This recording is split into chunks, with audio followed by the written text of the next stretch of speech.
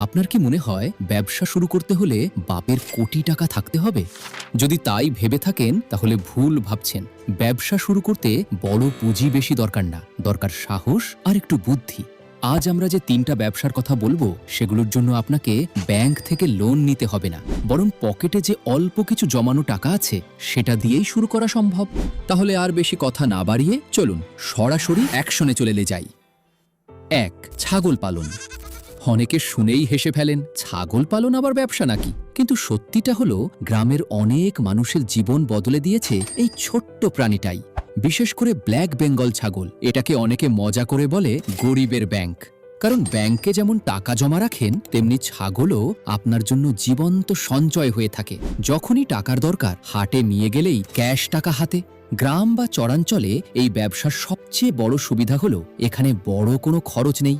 গরুর মতো দামি খাবার বা বিশাল খামার দরকার হয় না। আশেপাশের গাছের পাতা, ঝোপঝাড় আর মাঠের ঘাসই এদের প্রধান খাবার। মানে আপনি প্রায় বিনা খরচেই একটা সম্পদ বড় করছেন। আরেকটা দারুণ ব্যাপার হলো ছাগলের বংশবৃদ্ধি খুব দ্রুত হয়। সাধারণত বছরে 2 বার বাচ্চা দেয়, আর একবারে 2টা বা 3টাও হতে পারে।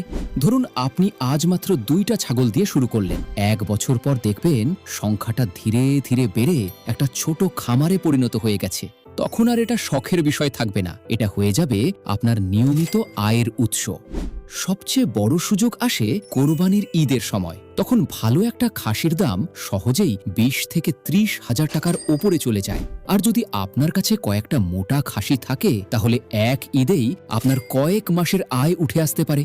তাই অনেক অভিজ্ঞ মানুষ বলেন, যদি গ্রামের বাড়িতে সামান্য জায়গা থাকে তাহলে ছাগল পালন শুধু একটা কাজ না, এটা একটা স্মার্ট ইনভেস্টমেন্ট।